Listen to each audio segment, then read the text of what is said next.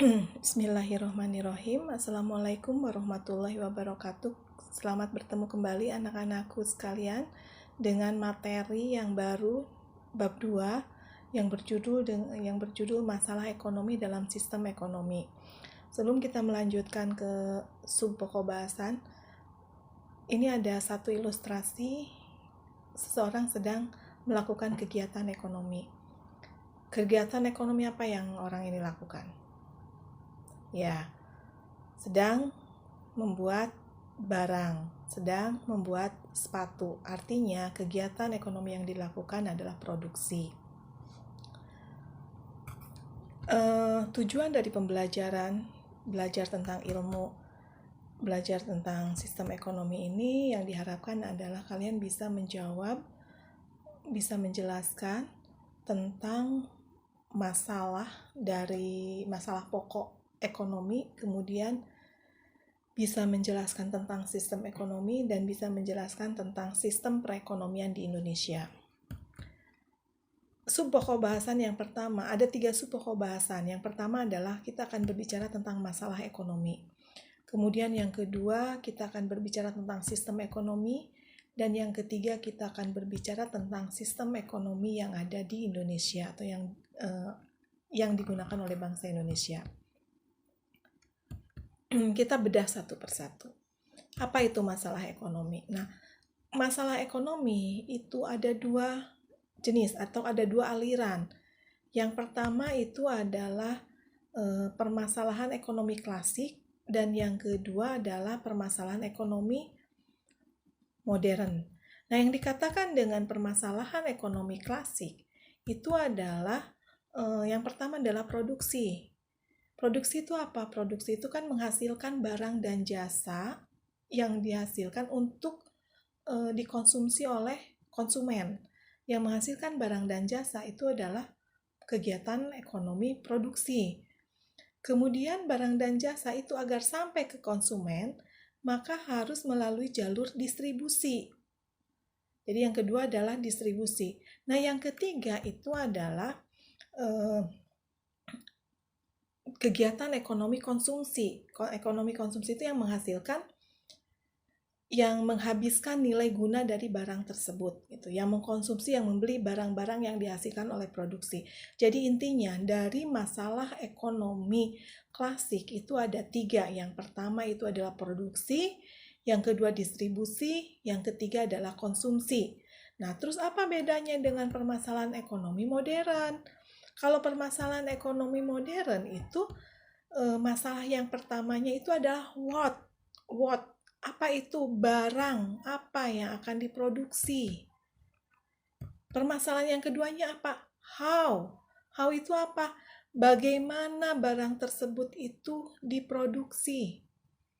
Kemudian yang ketiga itu adalah for whom, untuk siapa barang ini diproduksi. Nah, ini adalah permasalahan-permasalahan dari ekonomi modern. Jadi beda ya, tadi kalau ekonomi klasik itu produksi, konsumsi, dan distribusi, sedangkan kalau masalah ekonomi modern itu berbicara tentang what, how, dan for whom.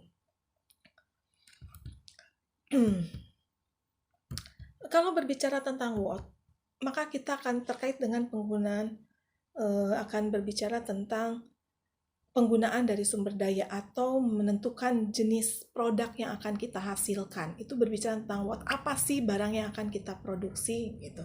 Itu menjawab dari pertanyaan what. Kemudian yang kedua, menjawab dari pertanyaan how, bagaimana. Maka kalau berbicara tentang bagaimana, kita akan berbicara tentang teknik produksinya. Teknik produksi yang digunakannya seperti apa, berapa biayanya, bagaimana cara membuatnya, itu menjawab untuk pertanyaan how. Kemudian yang ketiga, for whom. For whom itu kalau berbicara tentang for, ini untuk siapa, barang dan jasa yang kalian hasilkan itu untuk siapa, maka akan berbicara tentang segmen pasar. Segmen pasar itu tingkatan pasar mana yang akan ditembus, misalkan apakah anak kecil, apakah dewasa, apakah lansia, apakah remaja, apakah ibu-ibu, wanita, laki-laki, bayi, itu semua segmen pasar. Contohnya yang untuk mempermudah menjelaskan tentang ekonomi modern ini misalkan gini. Ibu mau berusaha, ibu mau usaha. Pertanyaan pertama adalah what? Usaha apa yang harus saya lakukan? Aduh, udah modal. Ibu mikir, modalnya terbatas, uang nggak punya, yang ibu punya cuma skill, bikin lotek.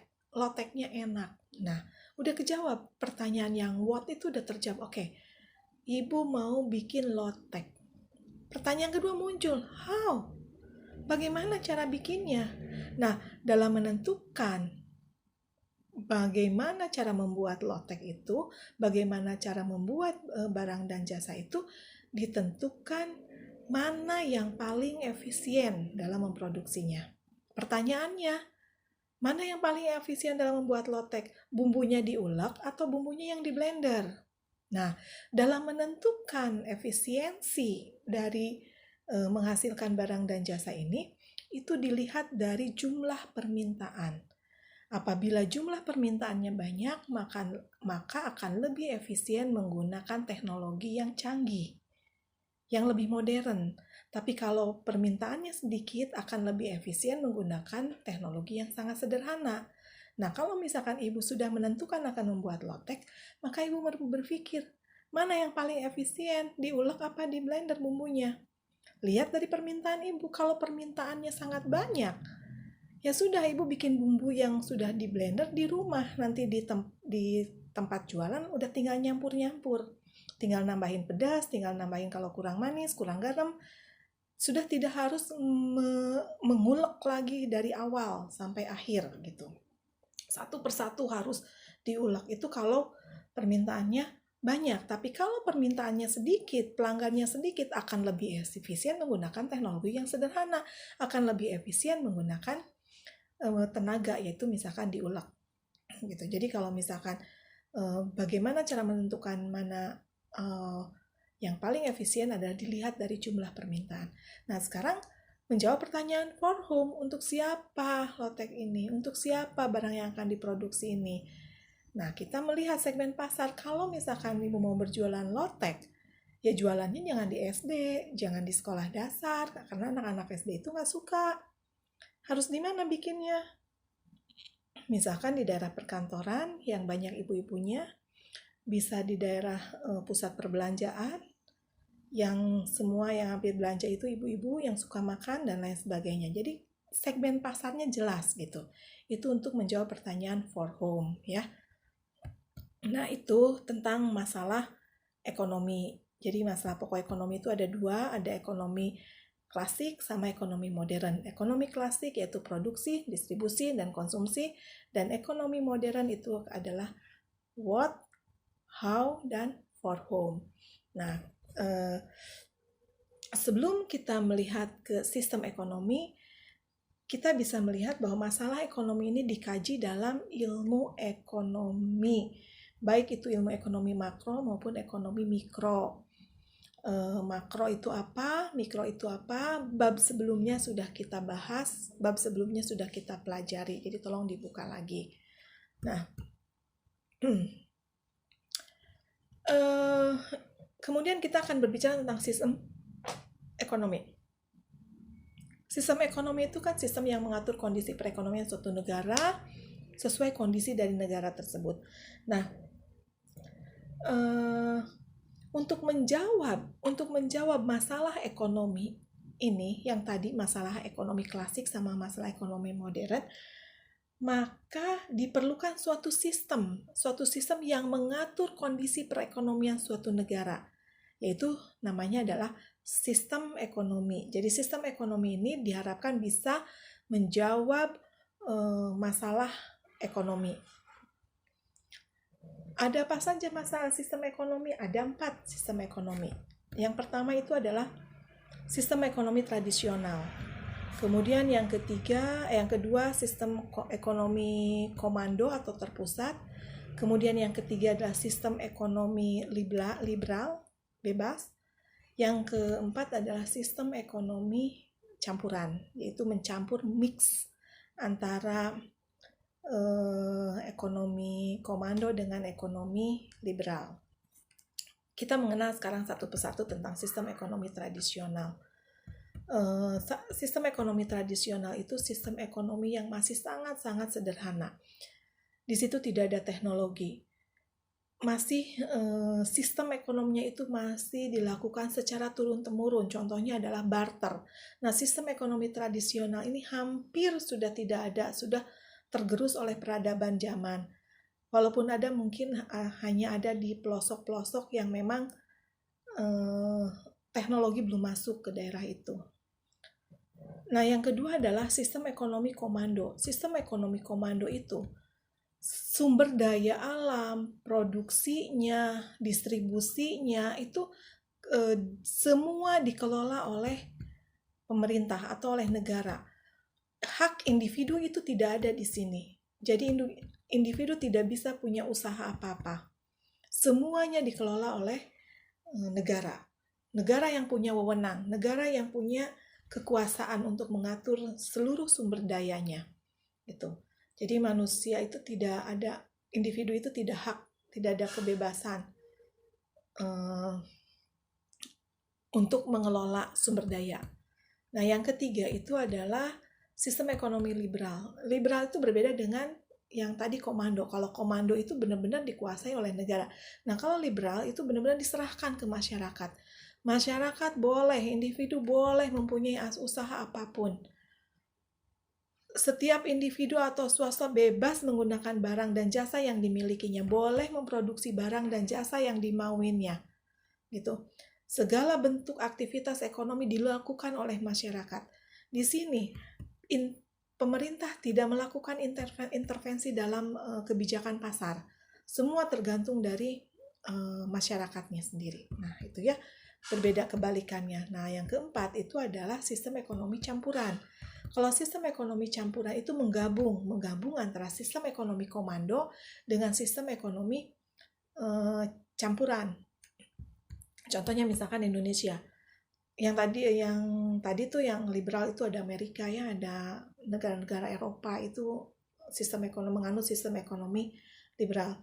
Terus ada lagi yang menganut sistem ekonomi campuran. Sistem ekonomi campuran itu mengcombine atau menggabung dari sistem ekonomi komando dengan sistem ekonomi liberal gitu.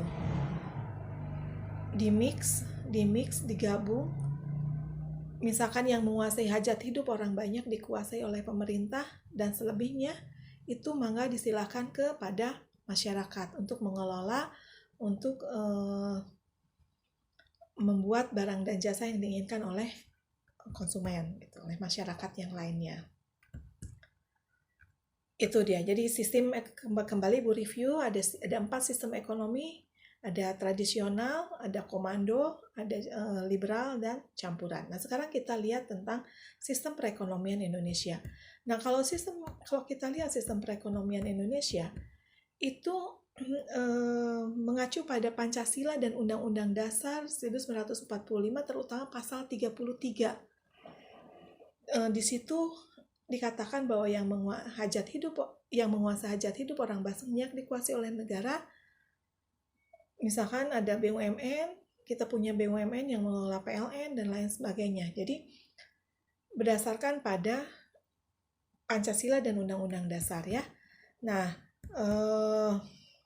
nilai-nilai dasar dari perekonomian Indonesia itu ada yang karena menganut dari yang tadi Pancasila dan Undang Dasar 45 terutama pasal 33 itu, maka nilai-nilai dasar perekonomian Indonesia itu ada kekeluargaan, kerjasama, gotong royong, keadilan, dan kemandirian. Nah, kemudian di situ nilai-nilainya nanti bisa di buku ada ya, tinggal dipelajari lagi. Sekian untuk materi bab 2 ini, sedikit, memang bab 2 ini materinya sangat sedikit, tapi semoga kalian paham, sedikit tapi padat dan semoga kalian paham. Wassalamualaikum warahmatullahi wabarakatuh.